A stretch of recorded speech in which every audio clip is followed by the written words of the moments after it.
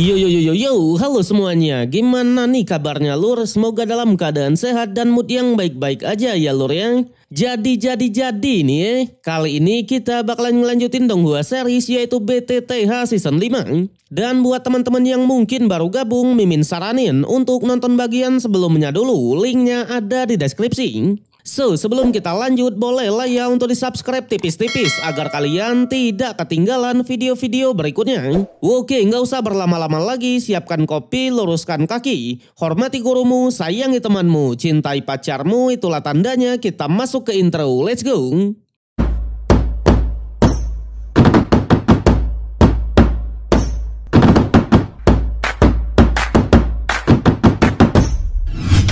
Oke lur, mengingat sedikit dari episode kemarin, di mana setelah mengikuti pelelangan di pasar ruang, Xiaoyan berhasil mendapatkan potongan peta terakhir dari api iblis teratai murni.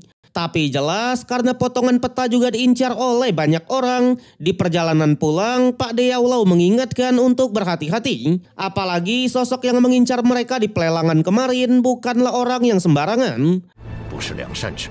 Dan benar saja, di saat itu jugalah mereka pun langsung dikepung oleh sekelompok orang. Bahkan musuh juga langsung memasang sebuah penghalang. Yang ternyata sosok itu bukanlah kenalan lama Xiaoyan, melainkan adalah kenalan lama dari Pak De Yaulau. Dia bernama Di Zizi dan saudaranya yang bernama Tian Zizi, sang dua iblis kalajengking mesum yang berasal dari sekte kuno aneh yaitu sekte Rain Cloud. Diceritakan dalam sekte tersebut hanya ada dua orang inilah murid laki-lakinya. Sisanya adalah murid perempuan untuk memenuhi hasrat bejatnya. Bahkan kultivasinya juga disedot demi meningkatkan kekuatan sendiri. Tentunya layaknya pria yang mesum, Disi langsung menggoda Cailin dan Dewi Tabib. Tapi untuk tujuan utamanya tak lain dan tak bukan adalah merebut pecahan peta ya lur yang. Tian bilang selama bisa membunuh mereka di tempat ini, maka semua orang takkan ada yang tahu siapa pemilik pecahan peta tersebut. Apalagi mereka berdua ini ternyata memiliki dendam lama dengan Pak De Yaulau. Karena katanya dulu Pak De lah yang mengusir mereka dari wilayah Zhongzhou. Pak De Yaulau yang mendengarnya hanya tersenyum tipis dan langsung menunjukkan kekuatannya. Terjadi pertarungan. Bentrokan besar seketika langsung terjadi, yang ternyata DC ini sudah dirana Dozun 6 putaran. Di sanalah mereka pun membagi tugas. Tian akan melawan Pak De Yaulau, sedangkan DC akan menghadapi Xiaoyan dan dua ceweknya. Awalnya Pak De tidaklah gentar sama sekali, namun menyadari kalau kedua orang ini sudah menyembunyikan kekuatannya, ia pun mulai khawatir dengan timnya Xiaoyan. Dan benar saja, Xiaoyan yang melihat ranah aslinya juga dibuat kaget. Sementara DC dengan pesona Pak Boy dan wajah yang pas-pasan, ia pun lagi-lagi mencoba menggoda kedua ceweknya Xiaoyan. Pada akhirnya, Xiaoyan lah yang turun tangan untuk menghadapi eksistensi tersebut. Xiaoyan bahkan langsung mengeluarkan naga berbrandnya. Namun sayang, dengan wujud monster kalajengkingnya, DC bisa dengan mudah mendominasi. Alhasil, Cailin dan Dewi Tabib yang melihatnya juga langsung turun membantu. Saat itulah menyadari bahwa musuh memang sangatlah kuat dan Pak De Yaulau mungkin tak akan bisa membantu, Xiaoyan memutuskan untuk bertaruh dengan menggunakan teknik transformasi tubuh. Dalam sekejap, peranannya yang di tingkat Dozun tahap menengah seketika meningkat karena Dozun 3 putaran. Namun lagi-lagi di hadapan sang pria mesum tersebut, kekuatan Xiaoyan masih belumlah cukup. Sekali tinju manjanya, Xiaoyan pun langsung tersudut. Pada akhirnya Xiaoyan hanya bisa menyuruh dua ceweknya untuk menahan pria tersebut. Sementara ia sendiri tak lain dan tak bukan akan menyiapkan penggabungan api surgawi. Dengan ini pertarungan pun berlanjut lagi. Dewi Tabib dengan kekuatan ular racunnya, sedangkan Cailin dengan sang ular Medusa. Namun bukannya gentar, DC yang melihatnya malah makin semangat dan semakin ingin untuk mendapatkan kedua cewek tersebut. Di sana ia mengakui dengan combo-wombo mereka ini, puncak Dozun biasa mungkin tak akan bisa bertahan. Namun di hadapannya tetap tak ada apa-apanya, ya kan? Terbukti DC hanya seperti bermain-main menghadapi dua cewek tersebut. Tapi sayangnya duo cewek andalan ini hanya ditugaskan sebagai umpan. Di mana tepat di saat itu juga lah Xiaoyan sudah menyelesaikan penggabungan 4 api surgawinya ya lur ya. Tapi Xiaoyan masih belumlah puas dan menambahkan 1 apinya lagi agar menciptakan teratai api 5 warnanya. DC yang melihatnya benar-benar sangatlah panik dan mencoba menghentikan tindakan itu. Tapi sayang duo cewek andalanlah yang tak membiarkannya begitu saja. Apalagi di saat yang sama, Tian yang sedang bertarung melawan Pak De Yaolau sudah bonyok-membonyok, iya kan? Saat itulah, menyadari kalau situasi sudah tak aman lagi, akhirnya mengeluarkan teknik pengurung untuk menjadikan Cailin dan Dewi Tabib sebagai sandrang. Meski begitu, baik Cailin ataupun Dewi Tabib, mereka menolak untuk menyerah dan tetap mencoba mengulur waktu. Pada akhirnya, di tengah adegan kejar-kejaran, King Xiaoyan berhasil menyelesaikan penggabungannya dan melemparkan kekuatan yang dahsyat itu. DC yang sudah tak punya banyak pilihan mencoba melindungi diri menggunakan teknik lonceng miliknya. Sayangnya lonceng tersebut bisa ditembus oleh King Xiaoyan, membuat DC pun langsung dikirim ke alam baka ya lur ya. Di sana Xiaoyan lah yang mendapatkan banyak keuntungan karena berhasil merebut teknik tubuh kristal Fajra dari musuhnya itu. Sama halnya dengan sang kakak yang harus berakhir tragis di tangan dari Pak De Yaolau. Barulah setelah itu karena pertarungan barusan bisa saja menarik perhatian dari para praktisi lain, Pak De pun segera mengajak Xiaoyan untuk kembali. Tapi di sana sesampainya di kediamannya, setelah menggabungkan semua peta menjadi satu, mereka malah dibuat kaget. Karena memang petanya malah seperti digambar secara acak. Namun karena ini adalah salah satu harta dunia, Pak De percaya pasti ada rahasia di balik ini. Awalnya Xiaoyan mencoba menggunakan darahnya sebagai pemicu. Sampai ketika Xiaoyan membakar peta tersebut menggunakan api surgawi, tiba-tiba petanya malah memunculkan sebuah tanda. Dan benar saja ketika apinya diperbesar, peta tersebut langsung memunculkan beberapa sajak kata.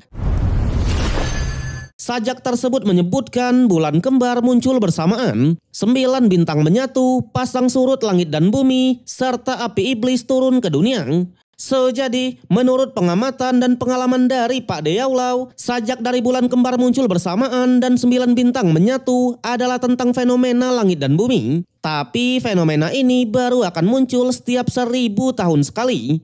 Di mana kemunculan fenomena ini akan memicu pasang surut langit dan bumi sehingga api iblis teratai murni akan turun ke dunia.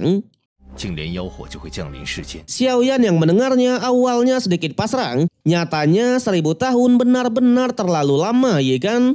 Namun ternyata 997 tahun sudah berlalu sejak terakhir kali fenomena muncul ke dunia. Jadi tinggal 3 tahun lagi fenomena pasti akan muncul kembali. Mendengar itu, Xiaoyan pun sadar jika itu terjadi, para praktisi dari berbagai pihak pasti akan rebutan. Sampai ketika Xiaoyan mendekatkan wajahnya ke arah peta, tiba-tiba secerca kekuatan jiwa malah masuk ke keningnya, membuat Xiaoyan pun jatuh pingsan. Xiaoyan.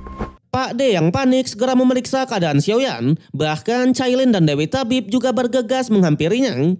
Di sanalah di alam bawah sadarnya Xiaoyan kembali melihat secerca kekuatan jiwa. Tapi ketika ia terbangun, Pak De Yaolau malah menanyakan ketika mereka bertemu pertama kali Xiaoyan berumur berapa. Sudah jelas ketika Xiaoyan berumur 15 tahun. Ternyata alasan Pak De menanyakan itu karena ia khawatir kalau tubuh Xiaoyan akan diambil alih oleh praktisi kuno. Mendengar itu, Xiaoyan mengatakan kalau di tubuhnya memang ada segumpalan energi jiwa, di mana meskipun sudah dilawan dengan kekuatan jiwa sekalipun, energi itu tak bisa diusir sama sekali. Namun meskipun begitu, Xiaoyan juga mendapatkan sedikit informasi tentang sains api teratai iblis.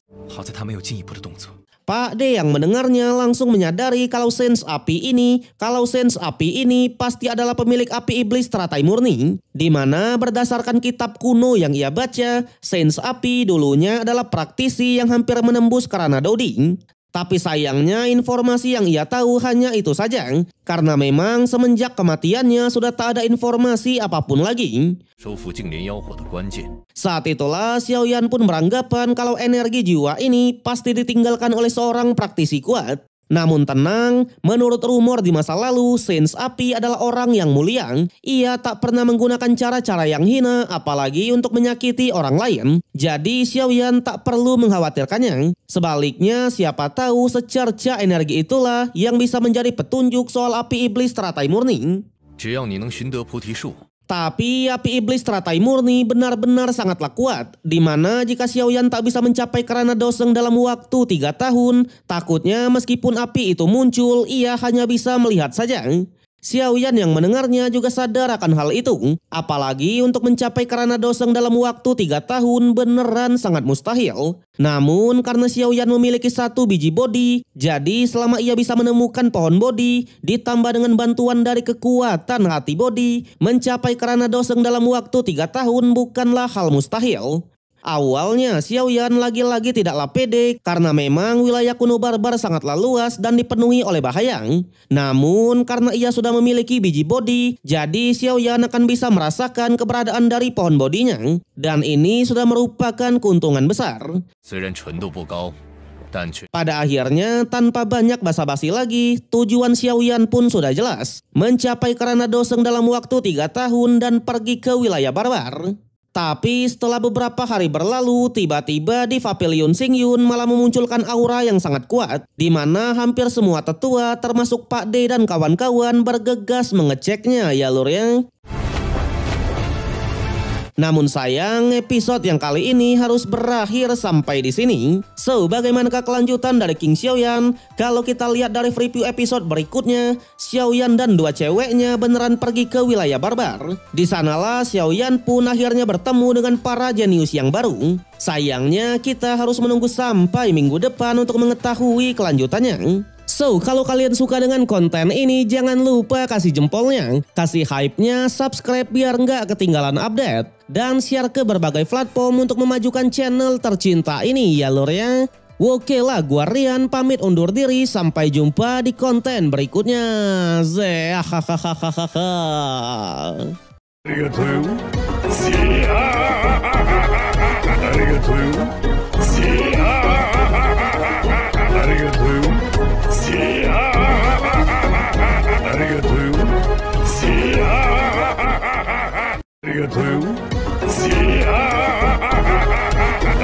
Arigatou.